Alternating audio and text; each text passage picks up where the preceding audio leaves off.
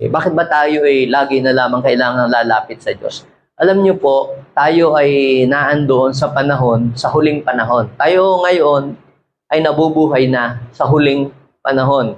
Kumbaga sa takbuhan ay tayo ay papalapit na sa finish line, sa pagwawakas ng panahon na ito yung tinutukoy ng Panginoon na in the last days, you will hear wars, rumor of wars, kingdom against kingdom, magkakaroon ng mga labanan, digmaan, magkakaroon ng mga tagutom, magkakaroon ng mga lindol sa iba't ibang dako, magkakaroon ng mga salot. All those things are happening in our days. At nangyari na din yan nung mga nakalipas pang panahon na hindi pa tayo tao, ay nangyayari na. At mas clear sa atin yung sinasabi ng Panginoon ng mga sign ng kanyang pagparito dahil sa lahat ng yun ay nangyari na. Pero meron pang isa pa na kailangang mangyari bago daw po dumating ang Panginoon. Yung ipapangaral muna ang salita ng Diyos sa lahat ng dako. Sa sulok-sulukang panig ng mundo, ng barangay, ng sityo, para daw marinig ng mga tao ang salita ng Diyos.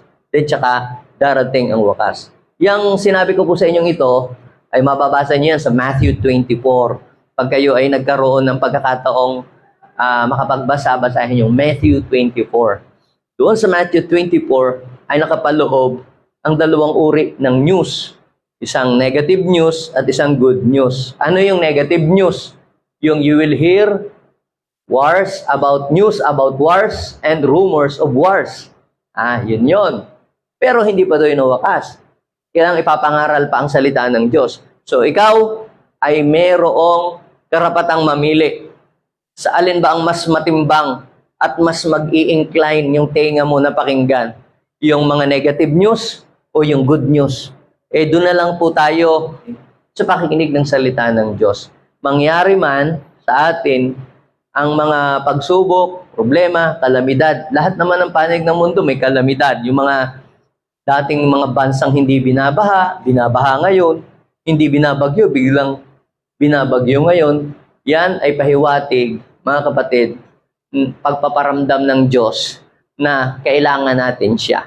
Gaano man tayo kayaman, gaano man kaunlad ang ating buhay, without Him, we can do nothing. Babalik pa din tayo dun sa original design na kailangang hahanapin natin siya, lalapit tayo sa Kanya para po, mga kapatid, ang tao ay maging closer sa Panginoon. Now, itong pangatlong bahagi ng pag-uusapan natin, ang pamagat ng mensahe na i-share ko po sa atin ay choose to live closer with God. Ano man ang nangyayari sa mundong ito, meron mang krisis, may kaguluhan, may kagipitan, instead na ikaw ay magreklamo, instead na ikaw ay sisihin mo ang Diyos, anong kailangan natin gawin? We have to choose to live closer with God. Ito ang panahon, hindi para tayo ay tumalikod sa Diyos. Itong panahong ito ay hindi ito panahon para ikaw ay doon ka pa manlalamig, doon ka pa gagawa ng kalukuhan, doon ka pa magpapakasama, doon ka pa magpapakariwara ang buhay. Ito yung panahon na kailangang magkaroon ng change sa iyong buhay. Kung dati, wala kang kinikilalang Diyos, dati, you are not serving the Lord, ito na po yung panahon na kailangan ay ayusin natin ang ating buhay, itama natin ang ating sarili. Kung dati ikay nanlamig sa Panginoon, ito na yung panahon na ikaw ay magpasya. Piliin mo na ikaw ay mabuhay, na ang iyong buhay ay papalapit sa Diyos. Marami po na nangangarap na sila ay makapasok sa kaharian ng langit. Sino po dito ang nangangarap na siya ay makapasok sa kaharian ng langit? Huwag po kayong mag-alala. Hindi ko kayo tatanungin kung sino na ang gustong mauna. Yung pong mga iba, pinagbabawalan nila ang kanilang kasambahay. Ikaw, punta ka na lang punta sa church. Puro ka na lang dasal. Puro ka na lang Bible. Alam niyo po, kung dito po pa lamang sa lupa, ay ayaw na po ninyong i-practice kung papaano maging malapit ang inyong sarili, ang inyong buhay sa Diyos. Ano po ang dahilan? Bakit kayo pupunta sa langit? wag na lang ho kayong pumunta sa langit. Wag na lang kayong mangarap na pumasok sa kaharian ng langit. Doon na lang sa impyerno. Ikaw nga, wala nga lamang kuryente, init na init ka na sa inyong bahay. Doon palalo ka na sa impyerno. Ha? Napasok ka nga lamang ng kape, ikaw reklamo na sa sobrang init. Lalo na yung iyong kaluluwa, ang iyong katawan at ang espiritu, itatapon sa impyerno. Sobrang init. Hindi isang araw, hindi dalawang araw, habang panahong walang katapusang itatapon doon yung mga tao na ayaw lumapit sa Diyos. Ngayon mga kapatid, kasi sabi ko po sa inyo, hindi para takutin kayo, kundi to reveal to you what is the truth. Sapagkat ayaw ni Satanas na tayo ay malapit sa Diyos. Bakit? Kasi gusto ni Satanas may kasama siya doon sa impyerno. Okay? Pero ang gusto naman ng Diyos, isama ka doon sa kaharian ng langit. Kaya ang salita ng Diyos ay ipinapangaral. Kaya naabot natin yung mga tao, ipinapahayag ang salita ng Diyos. Kung ang mission ni Satanas, kuhanin ang mga tao, dalahin sa dilim, ang mission naman natin, kuhanin yung mga nasa dilim at dalahin sa liwanag while there is time. Now, kapag sinabi po natin choose to live closer with God, it is a process of drawing near to Him. Ang paglapit po sa Diyos ay isang proseso. Hindi ka naman agad close kayo agad ni Lord. Halimbawa, kayong mag-asawa, bago kayo nag-asawa, hindi naman kayo agad nung magkita close kayo agad dalawa. Hindi ka? Nung unay, pakaway-kaway, patingin-tingin, mamay nag-uusap na, hi, hello, mamaya nasa Jollibee na. Yun, at ang kinauwian ay kasalan. Okay? So, at hindi natatapos doon, no? Ang mag-asawa ay para maging closer sa isa't isa, ay dapat ay sila'y laging nag-uusap. Okay? Dahil kung hindi rin naman mag-uusap, paano magiging close silang dalawa? Gayon din, mga kapatid, sa ating relasyon sa Diyos. Nung may mag-share sa atin ng salita ng Diyos, yung first time na may mag-share sa atin ng salita ng Diyos, hindi naman agad tayo close kay God Yung lagi kang nasa church, linggo-linggo, does that mean na close ka na kay God? Hindi ibig sabihin, ginagawa mo ang lahat diyan, lahat ng mga iniutos si pastor, inaayos mo mga silya, close na kayo kay God. Ang pagiging close ng isang tao sa Diyos ay hindi po ito sa pagiging religious, naka-base sa pagiging religious or sa title or position mo sa church. Ito po pagiging close kay God is a personal experience. It is a daily experience. Pwedeng ikaw ay close ngayon kay Lord, tapos bukas break kayong dalawa. Kasi may iba ka ng bagay na pinagkakaabalahan. O kaya nakalimutan mo na siya. Okay? So kaya kinakailangan nating sanayin ang ating sarili. We have to train ourselves, develop ourselves to live closer with God. Hanggang sa masanay tayo. At para bagang may kulang sa atin kapag ang Diyos ay wala sa ating piling o wala tayo sa kanyang piling. Okay? So, basahin po natin ang Genesis. Genesis chapter 5 verse 21 hanggang 24. Okay? Sabi po dito sa verse 21, when Enoch was 65 years old. Sino po ditong 65 na? Yan, meron na kayong 20% discount. Okay? When Enoch was 65 years old, he became the father of Methuselah. Yan. Sino si Methuselah? Si Methuselah, ang taong nabuhay ng may pinakamatagal na taon sa mundo, 969. Sinong gustong ma-break? Maging 970. Okay, verse 22. After the birth of Methuselah, ito yung panganay ni first son ni Enoch. Enoch lived in close fellowship with God for another 300 years. And he had other sons and daughters.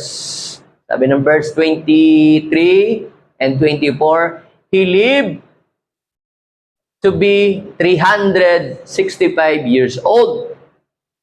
He spent his life in close fellowship with God. And then, he disappeared because God took him away. Hindi nakaranas ng kamatayan tawag dito, si Enoch. Dahil siya daw po ay literal na kinuha ng Diyos at dinala sa langit. So, let's talk about living closer with God, or choose to live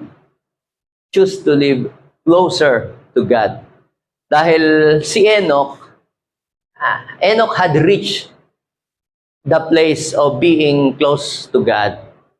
Pero tayo, we are on our way on getting closer with Him. Kumaga, kaya nga siya sabi ng Bible, he lived closer with God kasi yun na yung buhay niya. Andun na siya. Na-reach niya na yung point na siya ay close na kay God. Tayo naman, papunta pa lang. Papunta pa lang tayo. Mapapansin natin mga kapatid, si Enoch po ang kauna-unahan naka-experience ng tinatawag na rapture. Ibig sabihin ay dinagit, kinuha ng Diyos at dinala sa kanyang piling. At yan din ang paniniwala na, isa sa mga paniniwala na pinaniniwalaan ng church ng ating Panginoon, na yung sa pagbabalik ng Panginoon, kukuhanin niya yung mga tapat, malalapit, at mga nabubuhay na nananalig sa Kanya at dadalahin niya sa langit. At maiiwan lamang dito sa lupa yung mga taong ayaw kilalahin ang Diyos, mga taong nagre-rebelde sa Diyos, mga taong hindi naniniwala, mga nakabubuhay sa kasalanan. So, ang mangyayari sa mundo, ang mundong ito ay paghaharian ng Antikristo. Ibig sabihin ng Antikristo ay taong sumasa kanya ang espiritu ni Satanas. No? Dadayain niya yung mga tao at siya magpapanggap na siya ang Kristo. Yan. Di ko pa alam paano siya mamumuno, pero papamunuan niya ang buong daigdig at ipapakilala niya na siya ang Kristo dahil siya ang magaling. Lahat ng itatanong nyo, kaya niya sagutin. Parang AI. Parang ChatGPT. Parang ganun. No? Hindi pa daw po ito nagaganap, sabi sa Book of Thessalonians, pag binasa niyo 1 Thessalonians, chapter 1 at saka 2 Thessalonians, nakasulat doon. Hindi pa daw po lumilitaw, pero palihim na siyang kumikilos. Panahon pa ni Paul, palihim daw na kumikilos. Pag wala na daw po, pag wala na yung mga pumipigil, sino kaya yung pumipigil? Tsaka siya i-expose ang kanyang sarili. Ang pumipigil doon ay walang iba, kundi yung mga taong nananalig kay Jesus. Hindi siya makaporma kasi madali siyang mahahalata, madidiscern ng mga taong nakakakilala sa Panginoon. So pag wala na daw po yung mga humahad lang, then ilalantad niya ang kanyang sarili. Pero hanggat nandito pa, yung mga humahad lang, which is those people who are living closer with God, kinakailangang mawala muna yun eh. So ngayon, paano ba nangyayari yun? Paano ba mangyayari? Yung kagaya ng nangyari kay Enoch, mangyayari din ho yun sa church. Sino ang may sabi nun? Si Jesus mismo. At yan ay sinabi sa 1 Thessalonians chapter 4 verse 15 to 17. So kaya ko po ito dinala kayo muna dito para magkaroon kayo ng idea ano yung rapture of the church. Wala po sa Bible yung literal na salitang rapture, pero nagpapatungkol dun sa idea ng rapture.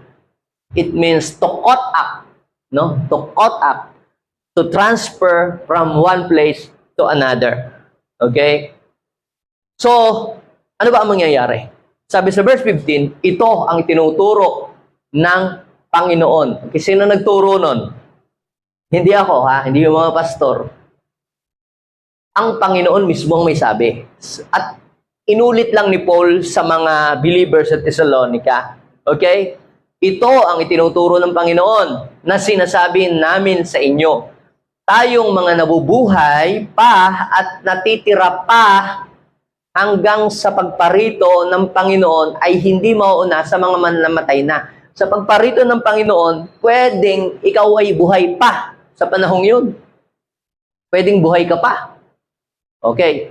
Pero, tayo daw pong mga buhay, kunyari dumating ang Panginoong bukas o mamaya, kaya nga walang sinasabing exact date or time. Para lagi kang prepared. Para lagi kang ready. Pag nangyari daw po yung panahong yon, hindi daw po tayo mauunang pumunta sa langit. Ang gagawin ng Lord, bubuhayin muna yung mga namatay na nananalig kay Jesus.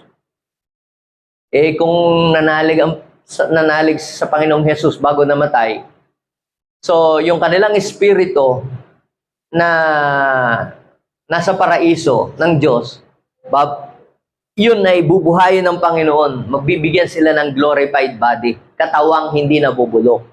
Papalitan ng bagong katawan. Ang tawag dyan ay glorified body. Kagaya ng katawan ni Jesus, na kahit tumagal ng mahabang panahon, hindi nabubulok yung katawang yon. Katawang panlangit. Itong katawan na meron tayo, katawang panlupa.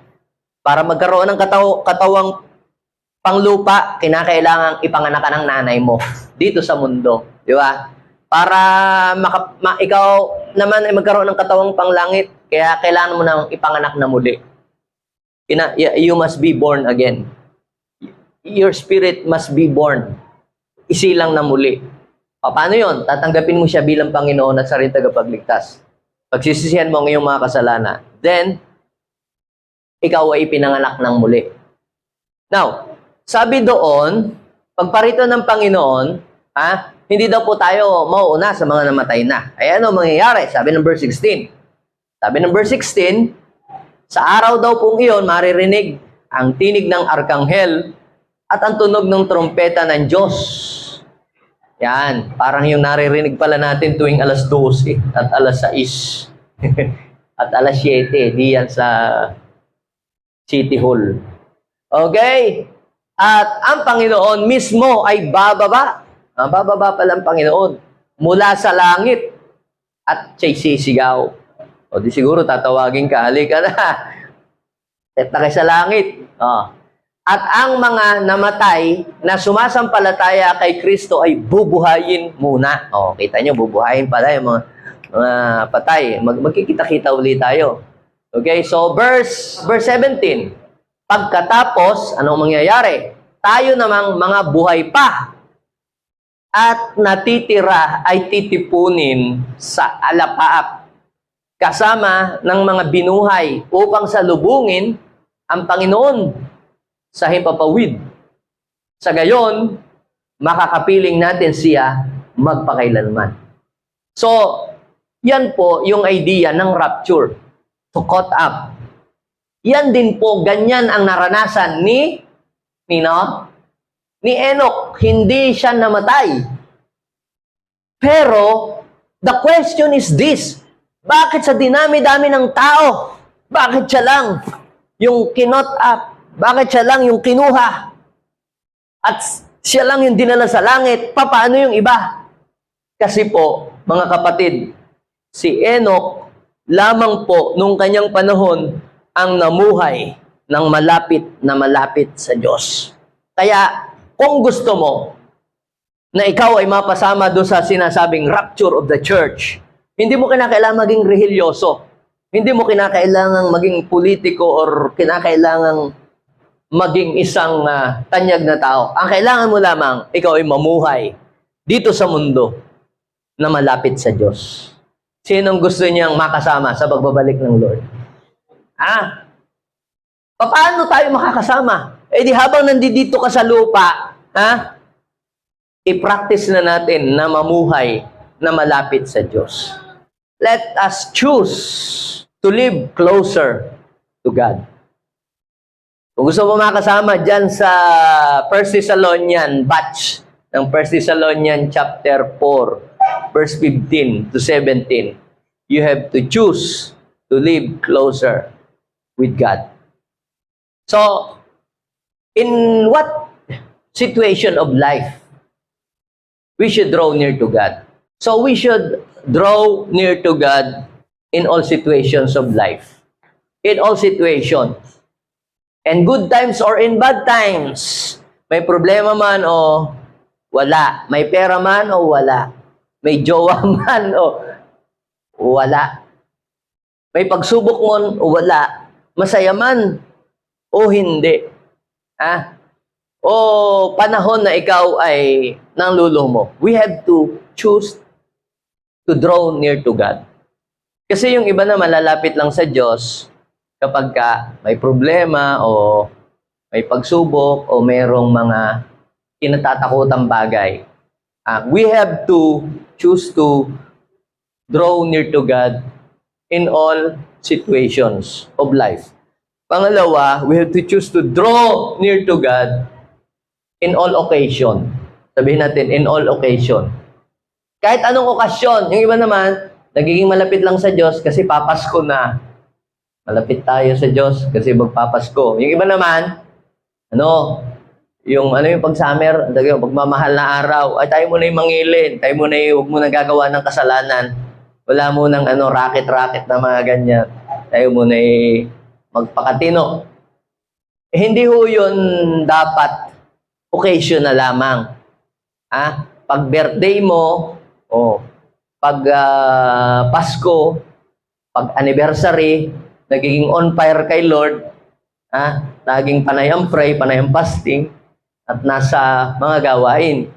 Tapos nung wala na, hindi tapos ang anniversary, hindi mo na makita sa mga gawain. Pagka ganoon, lumalapit ka lang kay Lord, occasionally. Dapat hindi occasional. Dapat ay regular. We should choose to draw near to God in all season, in all situation, in all occasion, in all season. May bagyo man o walang bagyo. May lindol man o walang lindol. Ikaw man ay summer man o tag-init o yan man ay tag-araw. In all seasons of life. Yung iba, naalala ko nga sa amin, dati nun, may lugar sa amin mga tao pag kayo ay pumunta doon, kayo ay ipipersecute pag nag-share kayo ng Word of God. Ay nung lumindol, talagang gusto'y laging sila'y puntahan at share ng Word of God. Kaya sa amin nung lumindol, napuno ho ang mga simbahan Gabi-gabi, laging mayroong nangangaral ng salita ng Diyos. Gabi-gabi, gusto lagi may prayer meeting. Bawat aftershock, gusto ko tulungan niyo po. Inabot ho ng isang buwan na gayon. Nung wala ng aftershock, wala na rin napunta sa simbahan. Ayun mga kapatid, why God is allowing those things to happen in our days? Kasi doon lamang nagkakaroon ng pagkakataon ang taong lumapit sa Diyos. Kung wala nang ganun, walang mga wars, rumor of wars, do you think may tao makakaalala pa sa Diyos? Wala. Kaya yan ay blessing doon sa mga taong nakakalimot sa Diyos. Yung mga wars, yung mga calamities. Pero yung mga kausap ko, mas blessed kayo sa kanila. Bakit? Hindi na natin iniintay na magkaroon ng mga dilubyo, magkabagyo, magkasakit, at mga kung ano-ano, lumalapit tayo sa Diyos kasi we are hungry and thirsty for His presence. Amen? Hindi tayo wala akong pera ngayon, lalapit muna ako sa Diyos. Mas maganda yung lumapit ka sa Diyos dahil alam mo sa sarili mo na ito ay nararapat mong gawin because you are designed to be with Him. Amen? Now, paano ho tayo makakalapit sa Diyos? Yan ang pag-usapan natin. How to live closer to God. Tingnan natin ang buhay ni Enoch. Alam nyo, sa totoo lang, ang ganda nung storya ni Enoch, ang liit nga lang ng kwento patungkol sa kanyang buhay. Hindi ka pares nung buhay ni Joseph, talagang napakadrama. Paano siya ipinanganak, yung kanyang journey, talagang sinulat sa Bible. Si Job, ganun din. Si David, ganun din. Si Jesus, ganun din yung buhay niya. Maganda din ang buhay ni Enoch. Kaya lang walang istorya. Siguro may istorya din yan, hindi lang naitago siguro ni Noah yung libro ay nung bumaha, baka baka yung libro ay nabasa. Saka wala pa namang libro noon. Pero napaka-ikli nung sinabi ng Biblia patungkol sa kwento ng kanyang buhay. But, very powerful yung kanyang life story. Kung paano siya namuhay dito sa mundo. At pag-usapan natin ang buhay. Tatlong mahalagang bagay ang nakita ko sa Bible patungkol sa kanya.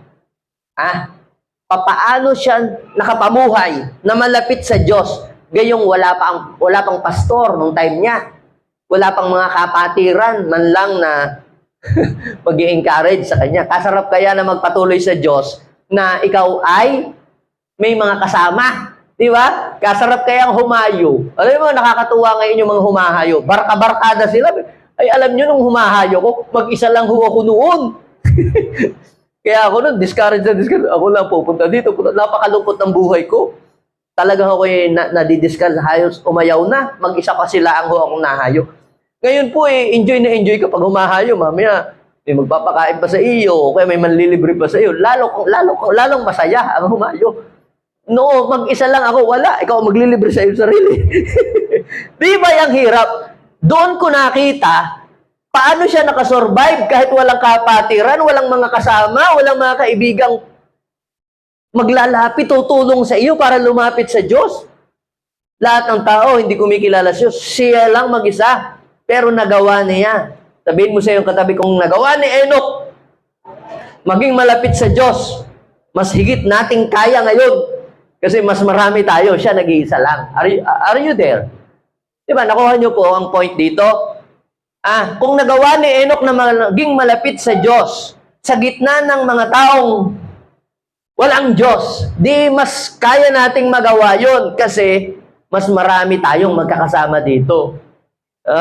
Isa Pangasinan, we're 1,000. O sa pamilya ninyo, ilang kayo? O tayo dito, ilan tayo dito? Higit sa 20. Dami natin. Pag nagsama-sama. Nanghihina ka, may mag-i-encourage sa iyo. Pag ikaw'y parang nadi-discourage, pag may nag-share ng testimony, na parehas kayo ng pinagdadaanan, biglang nalakas ka, nasigla ka. Siya wala. Wala.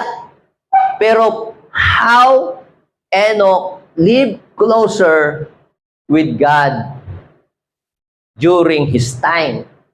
So, tatlong mahalagang bagay ang aking share. So, number 1, make a firm decision to walk with God. Sabihin mo sa iyong katabi, make a firm decision to walk with God. To live closer to God is a matter of decision. Pag sinabing firm decision, hindi yung urong-sulong. Hindi yung oo ngayon, tapos bukas, pupunta ako ngayon, tapos hindi. Parang New Year's resolution na hanggang February lang, pagkatapos sa March, balik na uli sa dati. Ibig sabihin, hindi firm ang iyong desisyon. So, basahin po natin yung Genesis chapter 5 verse 21 and 22. When Enoch was 65 years old, he became the father of Methuselah. Grabe, ano? Siya po ang pinakabatang ama noong kanyang panahon. Kasi noon, mahaba ang buhay ng mga tao. Bakit mahahaba ang buhay? Kasi dahil sa mga food na kanilang kinakain.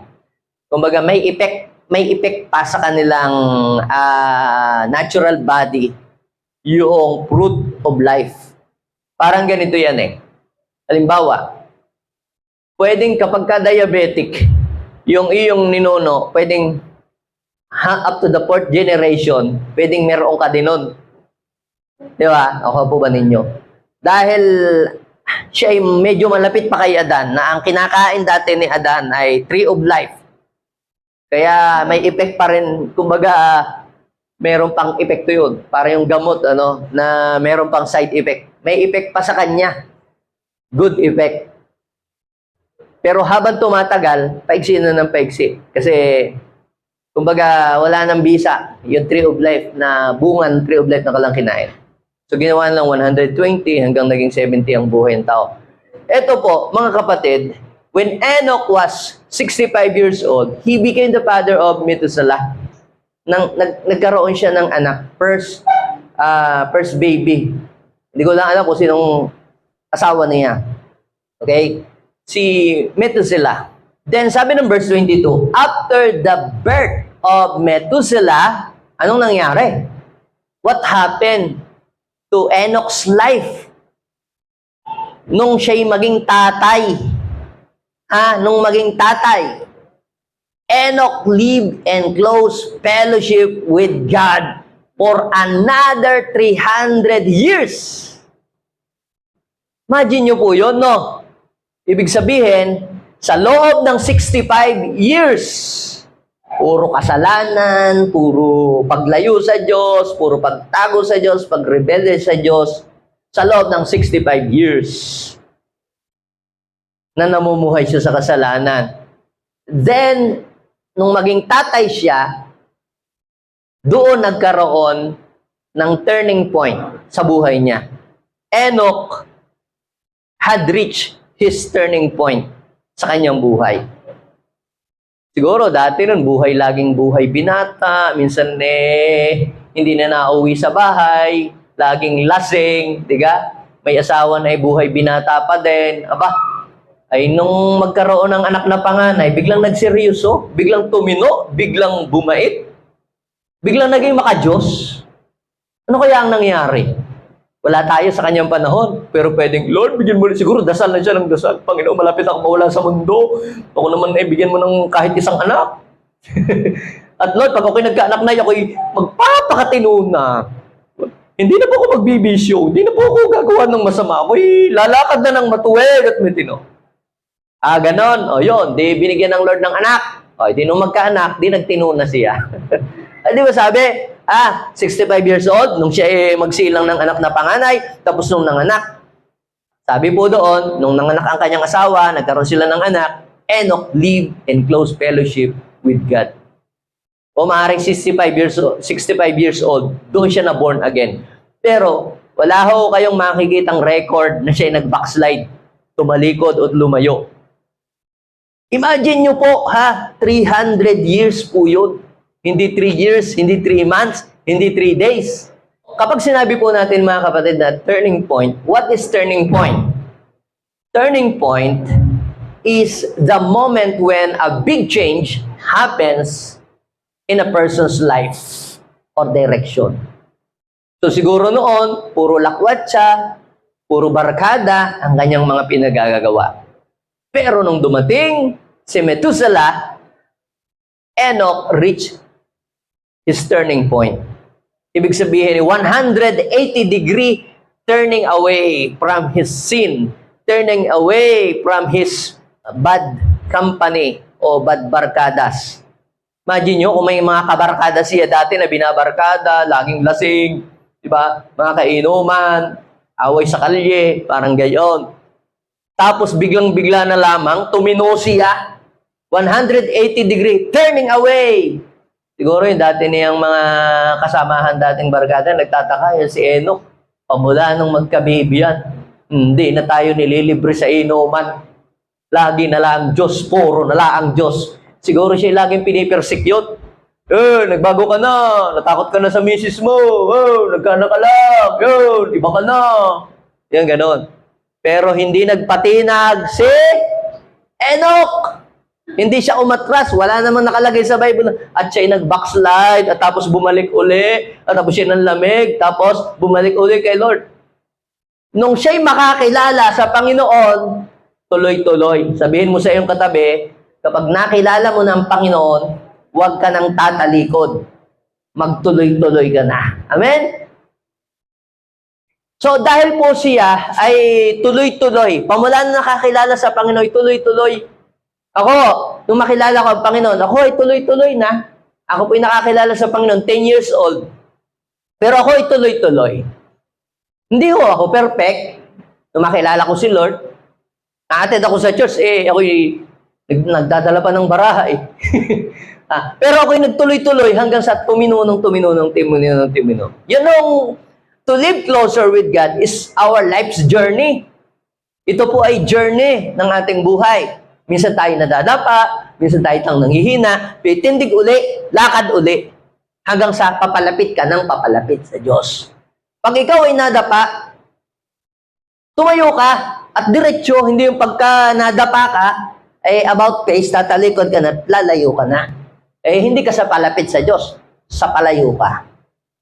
Kaya ikaw man ay may nagawang pagkakamali sa buhay, may nagawa ka mang mga maling desisyon, may mga nagawa ka mang mga pagkakasala dahil sa iyong mga kahinaan, tindig uli, lakad uli, at dapat ang iyong direksyon, papalapit ka kay Lord. Amen? Sabihin nga natin, move toward your destination. Our destination is to come closer to God. Palapit tayo dapat sa Diyos. Habang tumatagal, dapat tayo palapit kay Lord. Hindi yung habang tumatagal, tayo ay palayo. Yung iba habang tumatanday pa urong, nagiging bata.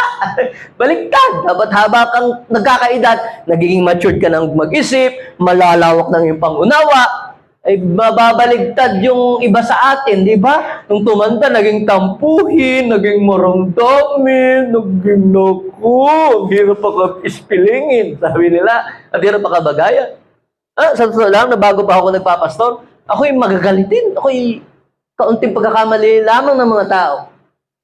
Pero habang ikaw ay lumalapit sa Diyos, lalaw ang iyong understanding bila sa buhay ng mga tao. Habang ikaw ay lumalapit sa Diyos, lalawak ang iyong pangunawa, ang iyong pagmamahal sa kapwa, di ba? Lalawak ang iyong pag-intindi. Dapat po ay tayo ay lumago sa ating relasyon sa Panginoon. So, tingnan ninyo, basahin po natin. Enoch made a firm decision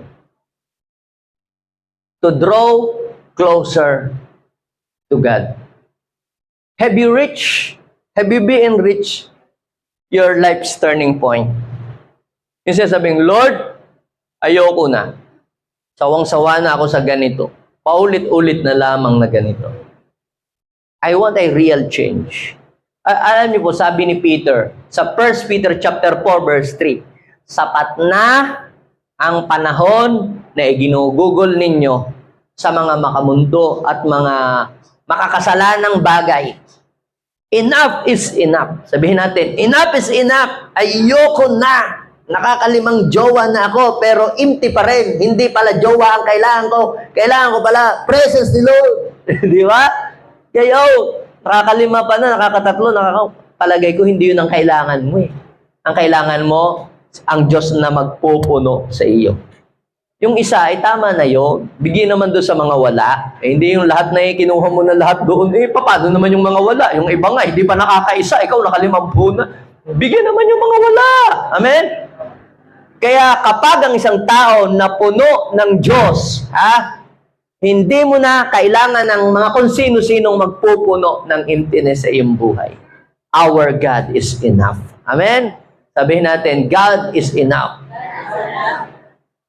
His love and mercy is enough for us.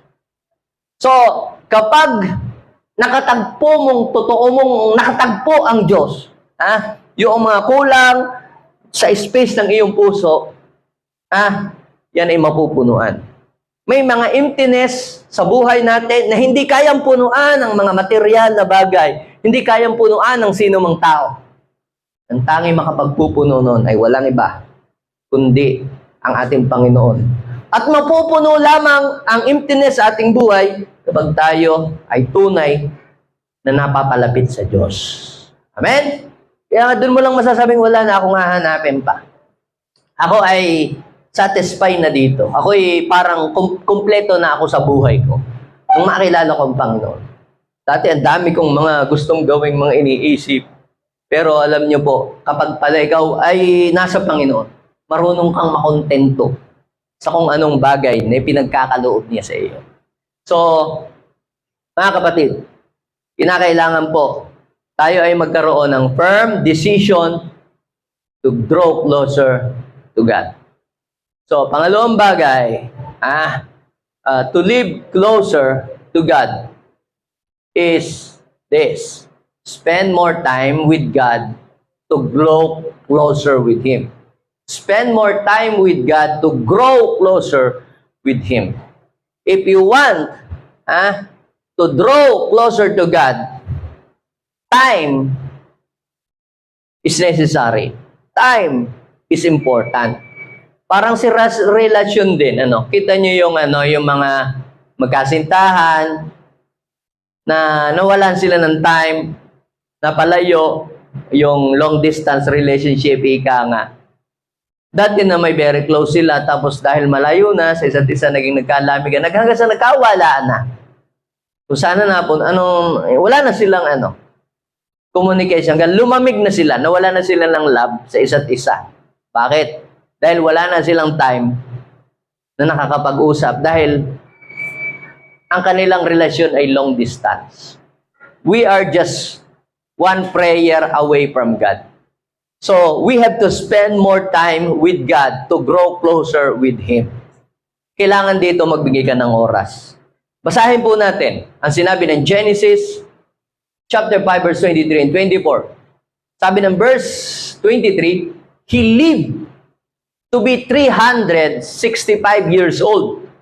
365 years old na nabuhay si Enoch. Minus 65 years old na hindi siya napanaborn again noon, na namubuhay siya sa kasalanan. Pero yung 300 years is very long years. Napakahabang journey ng kanyang pinagdaanan. Sabi ng verse 24, He spent His life. Sabi doon, He spent His life and close fellowship with God. And then, anong kasunod? He disappeared because God took Him away. Sabi ko, siguro pag hindi na ako nakakahayo, hindi na ako nakakapunta kung saan-saan, ako ugod-ugod na. For the rest of my life, nagagawin ko siguro, mag-i-intercede, mag-pray, at saka magbabasa ng Bible.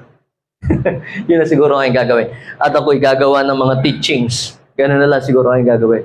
I will spend much time closer to God. Hindi yung kung kailan ka pa tumanda, doon ka pa lumayo sa Diyos. Dapat pag malapit ka na alas 5, alas 4, dapat lalo ka na magpakalapit sa Diyos. Yung kumbaga, puro Diyos na ang yung pinag-uusapan. Kaya nakikita niyo yung level ng age level ng mga tao, ng mga bata, yung mga anak ko, puro laruan. Laruan ang gusto, yung mga itlog-itlog, basta yung mga laro, mani-manikang maliliit, mga ganon, mga luto-lutuan. Yan. Aba, nung nagkakaedad na, mga gadget. Mga phone, yan.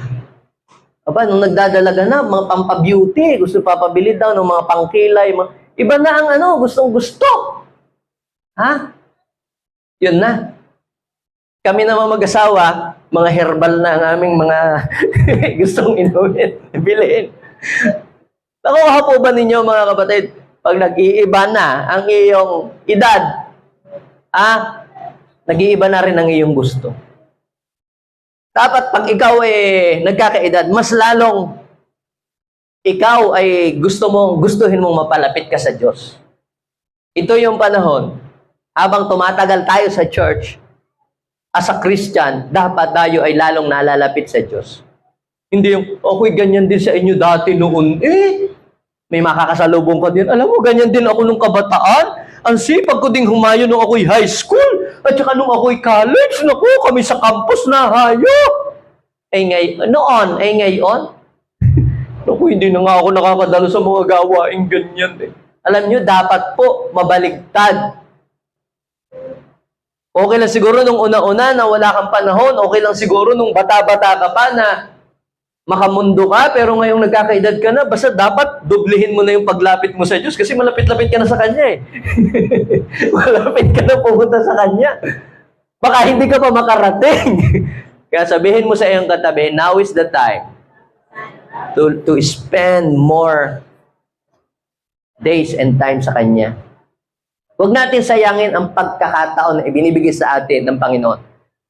Sabi sa 1 Corinthians chapter 6, verse 1, huwag nating sayangin ang pagkakataong ibinibigay sa atin ng Diyos.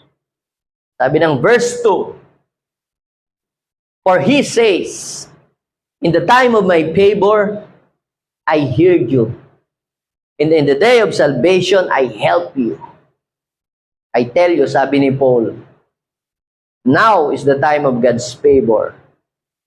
Now is the day of your salvation. So, ibig sabihin, dapat po, mas palapit yung panahon ng pagbabalik ng Lord, mas palapit din ang palapit tayo sa Kanya. Kaya sabi ni Paul sa Romans 13:11, sabi, namamaalam na ang gabi malapit ng lumiwanag. Ang pagliligtas sa atin ng Diyos ay higit na masapit ngayon kaysa sa noong tayo ay magsisimula pang kumilala sa Kanya. Kaya dapat mas maging mas closer tayo ngayon. Habang tumatagal ka sa Panginoon, dapat lalo kang nagiging in love sa Diyos. Habang tumatagal ka sa pagsiserve, dapat doon ka lalo nagiging on fire. Hindi yung parang nagsasawa ka na sa iyong ginagawa. Parang yung matagal ka na sa politiko, parang ginagawa mo na lahat ng asal. Dati nung kaseryoso mo.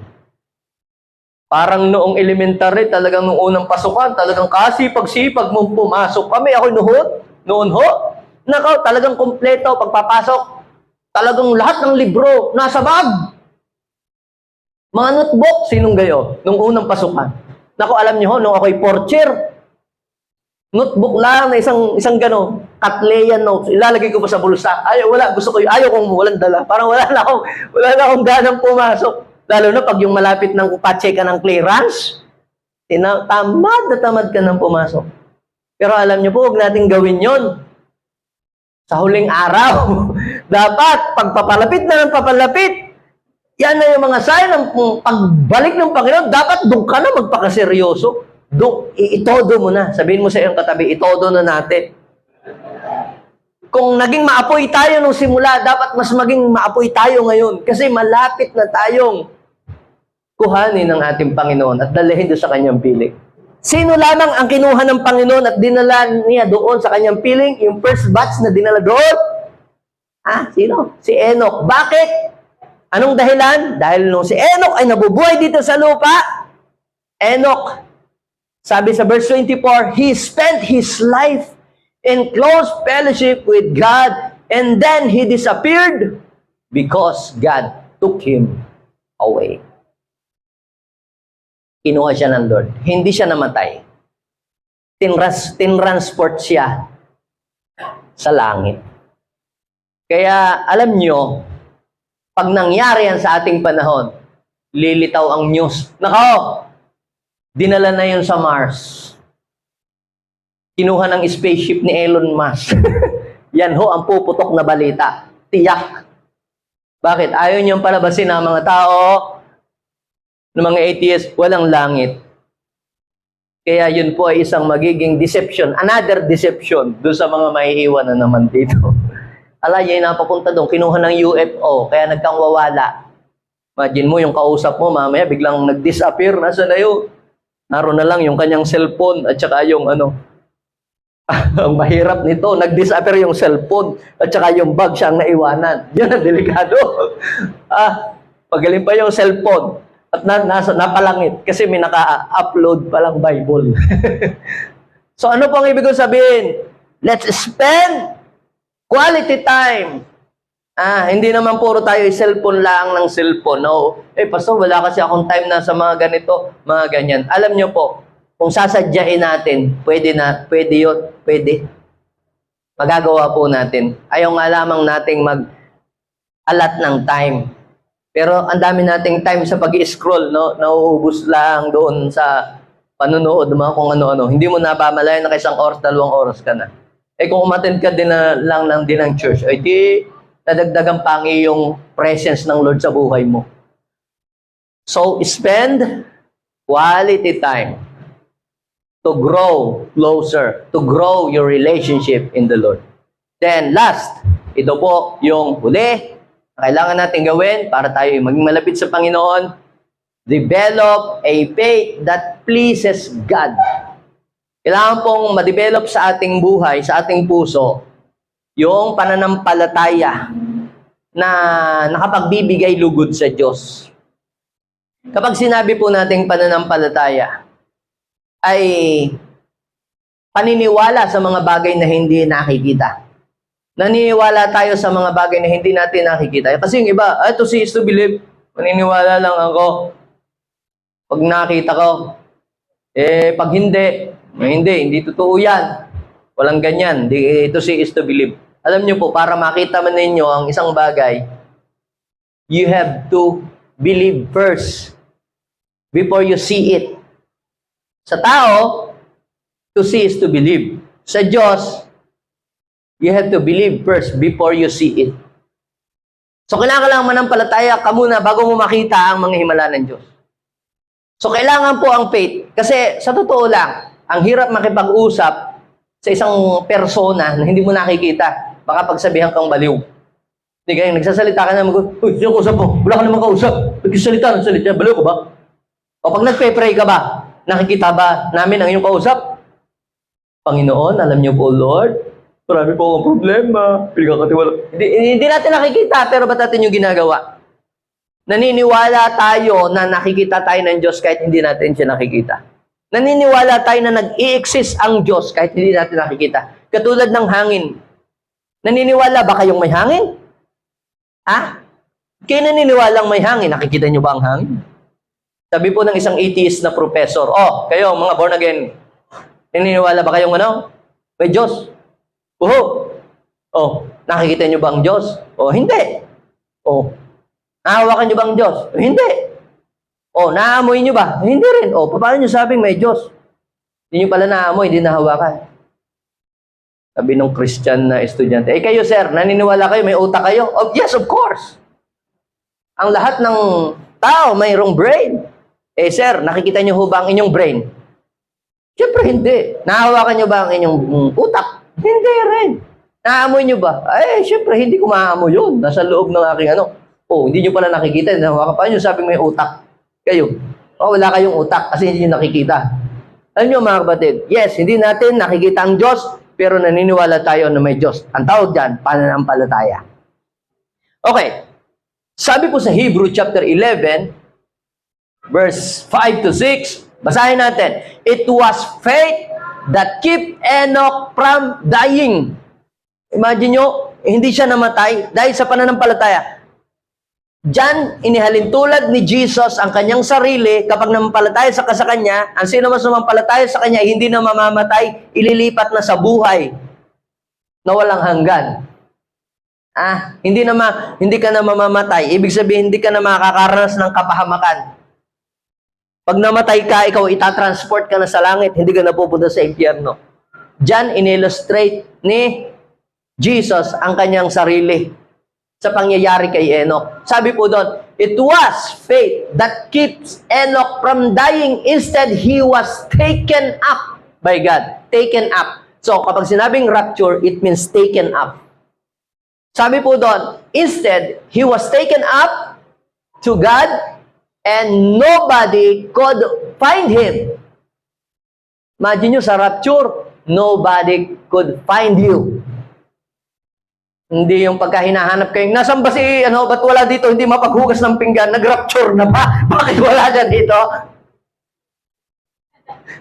Pagkainan, nandyan, tapos biglang nawala, nung hugasan na, nung pinggan na-rapture. So, dapat hindi ganon, Huwag yung katakutan yun. Tumago lang yun. Ayaw mapaghugas. Hindi pa ho rapture. Okay? So sabi po doon, because God had taken him up. The scripture says that before Enoch was taken up, ano sabi? He had pleased God. Walang kwento sa kanyang buhay, kundi yan lang. Pero sinabi na na-develop ang kanyang pananampalataya at natuwa ang Diyos sa kanya. Sabi ng verse 6, basahin natin. Go! No one can please God without faith, for whoever comes to God must have faith that God exists and rewards those who seek Him. So, ang pananampalataya, naniniwala kang may Diyos, nag-i-exist ang Diyos kahit hindi mo nakikita ang Diyos. Mayroong Diyos na lumalang sa iyo. That is faith. Kaya napakahirap mabuhay na close kay God at malapit kay God kung wala kang faith. Ano yung dadalo ka sa gawain, mapapalapit ka, magpe-pray ka, mapapalapit ka sa Diyos. Kung wala kang faith, hindi mo gagawin yun. Sigurado ba ako na pag nag-pray ako, tutugon si Lord? Sigurado ba ako na pag nagbasa ako ng Biblia, may mangyayari sa buhay ko? Pero, ang mga taong nananampalataya, naniniwala sila na kapag ginawa nila yon, something good will happen sa kanilang buhay. Ang tawag doon, faith. At ang isa po sa mga nakakatulong para ang pananampalataya natin ay mag-revolutionize is to listen to the Word of God. Sabi po sa Romans chapter 10 verse 7, so then faith comes from hearing the message, and the message comes through preaching Christ. So kapag ipinipreach si Christ, pinapangaral ang mga salita ni Christ, nakakatulong yon habang pinakikinggan natin, kung tayo nanghihina, tayo nanlulupaypay, nawawala ng pag-asa, nalakas ang ating pananampalataya. Sumisigla tayo.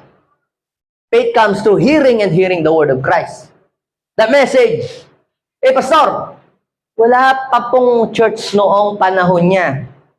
Wala pa din pong pastor na nangangaral. Paano nangyari na na-develop ang kanyang faith? Alam niyo po kung paano? Because Enoch was influenced by his forefathers. Basahin po natin ang Genesis chapter 4 verse 26. Seth also had a son, and he named him Enosh. At that time, people began to call on the name of the Lord. Si Adan, mula po kay Adan, hindi ho yung Fernandez na nasa likod na Adan. Adan din ho yun, pero hindi ho yun. Ano? Bata pa, yan ho yung batang Adan. Yung original na Adan, dun sa Genesis. Number 1, una sinilang si Adan. Si Adan muna. Tapos si Adan, nagkaroon po siya ng anak, si Abel at saka si Cain. Ngayon, dahil nga po sa epekto ng kasalanan, naging suwail si Cain. Pero si Abel naging malapit sa Diyos. Dahil sa kasalanan na dumadaloy kay Cain, nainggit si Cain, pinatay si Abel. So pinatay si Abel, yung nag-worship kay God, pinatay. Ngayon, ang nangyari, nagkaroon ng replacement. Binigyan uli sila ng Diyos ng anak. At yung anak na yon ay si Seth. Ang tawag dyan ay replacement. Kaya sabihin mo sa iyong katabi, kaya kang palitan ng Diyos. Kung ayaw mo mag-worship, di wag, kaya kang palitan. So, replacement, ang ibig sabihin ng Seth. Binigyan ako ng Diyos ng kapalit ni Abel. Ngayon, ang sabi po doon sa si Enosh, tapos si Seth, nagkaroon siya ng anak na si Enosh. Si Enosh, si Kenan, tapos sunod si Mahalel, tapos si Jared. Yung pa-7th generation, ito yung Enoch na pinag-uusapan natin. Now, listen. Saan nanggaling sa tingin ninyo yung pananampalataya sa Diyos ni Enoch? I believe he was influenced by his father. Forefathers. Salin. Alam niyo po, 5% lamang ang tulong na magagawa ng church para ang isang tao maging close kay God. 5%. Another 5% para ang isang tao maging close kay God ay sa mga magulang. Pag hinadlangan ng magulang ang mga anak na huwag pumunta sa church, wala nang magagawa ang church. Di ba? Pero pag ang magulang, lalo na siyang nagpapakain, anak, pupunta tayo sa church, mag-churches tayo, walang magagawa ka na pupunta yan. Ako po ba ninyo? So, ang naka-impluensya ng pagtuturo patungkol sa Diyos ang kanyang magulang. Tingnan ninyo po, Genesis chapter 4 verse 26. Basa. Seth also had son, and he named him Enosh.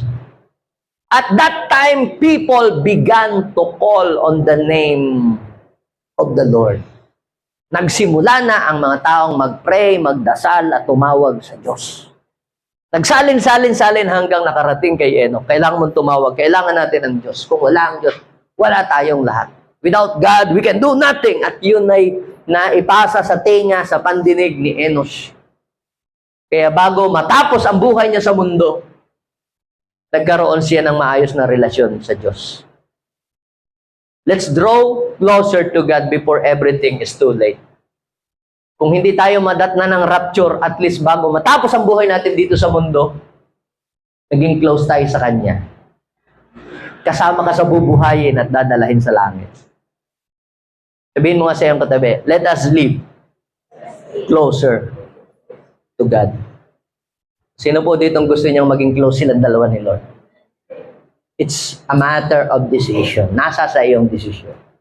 Kung gusto mong maging maganda ang buhay mo sa dulo ng iyong journey, magpakalapit ka sa Diyos. Kung gusto mo naman maging worse, ang ending ng buhay mo, di lumayo ka na ngayon. And you will eat the fruit of your decision. Kaya lahat ng gustong mapalapit sa Diyos, let's all arise and take a step to draw closer to Him.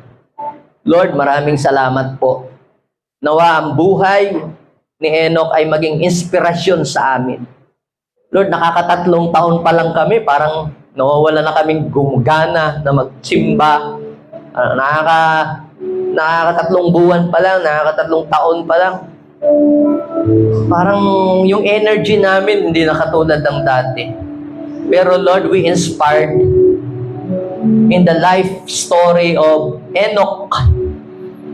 Grabe, 300 years. Sobrang tagal. Pero hindi nag-fluctuate, hindi humina, hindi nag-subside, hindi nag-decline ang kanyang pagmamahal sa Diyos. Alam niyo po, mga kapatid, it is not by might nor by power, but by the Spirit of God. Si Lord ang gumawa ng lahat ng iyon sa buhay ni Enoch. Hindi lakas ni Enoch. Si Enoch ay mahina, hindi niya kayang gawin yun kung hindi siya tutulungan ng Diyos. Inalalayan siya ng Diyos. Nung time na si Enoch, parang gusto nang mag-give up, parang gusto nang umayaw, tumalikod kasi mag-isa na lang siya. God is with him to strengthen him, to encourage him, para patatagin siya, palakasin siya, lalo na sa panahong siya ay nanghihina. I believe si Enoch ay tao din katulad natin. Pero sa time na parang ayaw niya na magpatuloy, nandun si Lord na nagbibigay ng kalakasan sa kanya. Magpatuloy ka. I will reward you someday. At yun nga, the Lord give him a reward. God's presence. He lived in the presence of God forever. Alam niyo po mga kapatid, gusto ng Lord maging kagaya ka ni Enoch, na habang ikaw ay nabubuhay, hindi ka lalayo sa Kanya. Hanggang sa pag-alis mo sa mundong ito, ikaw ay hindi tatalikod sa Diyos. Yes. Yes, Lord. Thank you, Jesus.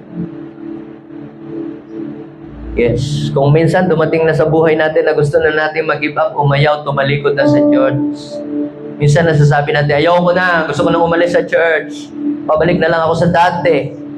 Kapatid, hindi dapat mangyari sa buhay natin. Dapat habang tumatagal, lalo kang lumalalim sa Diyos.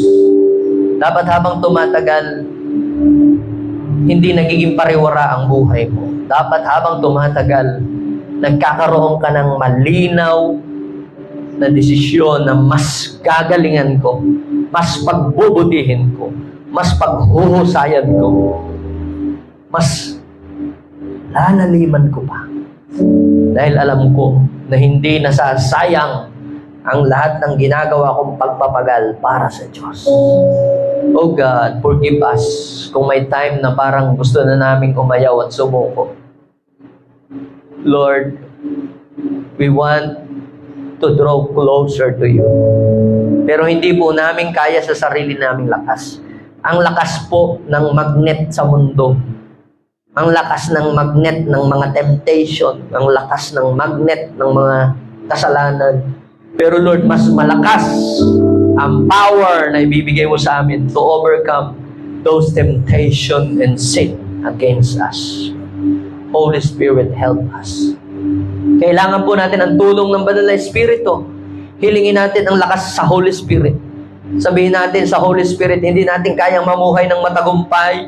Hindi natin kayang mamuhay na kagaya ng buhay ni Enoch without the presence of the Holy Spirit, without the power of the Holy Ghost, without the burning presence of the Holy Spirit. Alam nyo, kapag nasa atin ang Holy Spirit, siya ang magbibigay sa atin ng alab para lalo pa tayong magnasa sa puso natin na maging malapit sa Diyos. Oh, it is not by might nor by power, but by my Spirit, saith the Lord. Oh God, forgive us. Kung kami naging malayo sa inyo, sige tayo humingi ng tawad sa ating personal na pakikipag-usap kayo. Tawarin niyo po kami, Lord. Kami napapalayo sa inyo, napapahiwalay, napapalayo. God, please tulungan niyo po kami dahil sa aming mga kahinaan, sa aming mga pagkukulang. Minsan, Lord, parang tinatamad kami, pero Lord, restore us. Gusto naming mapalapit sa inyo, namin mapalayo sa inyo. Gusto naming maging maganda ang katapusan ng buhay namin sa mundo. Ayaw naming maging worse. Yes. Na bago kami umalis dito sa mundo, may maayos kaming relasyon. Yes, hallelujah. Para siguradong tatanggapin mo kami sa iyong kaharian. Thank you so much, Lord. Thank you so much. Pwede ba ilagay natin ating kamay sa ating puso, sabihin natin, Panginoong Jesus, maraming salamat po sa aral na patuloy mong ipinagkakaloob sa akin upang ako'y mapalapit sa inyo. Patawarin niyo po ako sa aking mga kasalanan at tulungan niyo po ako, Lord, na mapalapit sa inyo. Maghari ka sa aking puso bilang aking tagapagligtas. Tulungan niyo po ako makapamuhay ng matagumpay sa buhay na ito. In Jesus' name, Amen. Ako na lang magpe-pray. Bless your people, O Lord. Bless each every one of us. Tulungan niyo pong maging malapit ang buhay namin sa inyo. Sa gitna at sa kabila ng mundong magulo. At sa kabila ng mga panahon na nangyayaring ganito. In Jesus' name, Amen and Amen. Palapakan po natin si Lord.